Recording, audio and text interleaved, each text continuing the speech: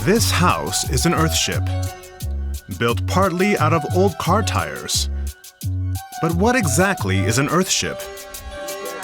The 44 inhabitants of this community in the Netherlands live in houses that resemble a hobbit settlement, and its electricity and heating are almost entirely self-generated. Every time when I walk around, I admire everything that is growing and blossoming. I enjoy all this green stuff everywhere. It's so abundant, and it is so much what my soul needs. The community is made up of 23 different Earthships and one conventional community house. Aardehuis is an eco-village located about an hour from Amsterdam. Welcome. Oh, my dog. Come in. I'll show you my house. The kitchen is nice. This is from a factory that didn't cut it out correctly, so they were selling it. The covering, that is the underside of the floor of our former home. This tree, this beautiful tree, I know where it grew, and us surrounding ourselves with natural materials, wood and adobe, like this. I did this myself. It's very easy to learn. We use second-hand material, bio-based material, local material, and we only bought new when there was no other option. The construction method used for the houses is quite unusual. Most Earthships have interior back walls made from old car tires filled with soil. Especially in the cold season, you get a lot of solar energy, solar warmth in the back of this house, and the car tires filled with earth, they act like a kind of sponge in soaking up warmth, and in the evening you close your curtains and then the sponge gives off warmth. The Earthship concept was developed in the 1970s by American architect Michael Reynolds. He used waste in the construction process. There are approximately 3,000 Earthships today, with more than half located in the US. An Earthship is supposed to generate 100% of its own electricity and heat. But in the Netherlands' cooler climate, this isn't possible year-round.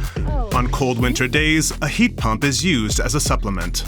These are the heat panels, 3 of them, and they generate extra heat, especially in wintertime. We have a big buffer vat of 800 liters, and that contains the heat from here. And then here on the front and on the top of this roof we have 17 solar panels which cover basically all our energy use. We can eat from the roof.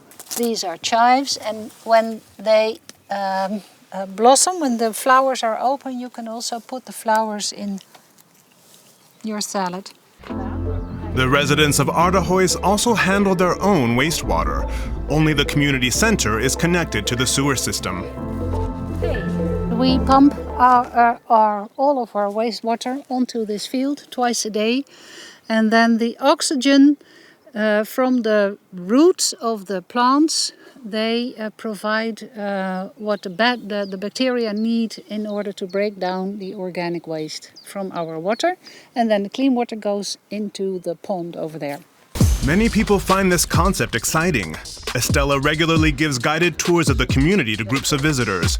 There are no paved pathways here. Everything is green.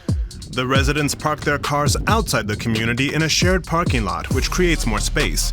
They try to do many things differently here. As a community, we tend to fly less. We tend to eat meat less than average. We have electric cars, not all of them, but some of them. We have shared cars. The residents of Aardehuis didn't just plan their community together, but also built it themselves with the help of volunteers and professionals. It was wonderful. I mean, it was quite a challenge, obviously, because most of us, we had office jobs. None of us had ever built a home before. But we agreed that we would all build the whole community together. So we would all focus on the first house, and when that was finished, move on to the next. So I have worked on everybody else's house, and everybody has worked on our house.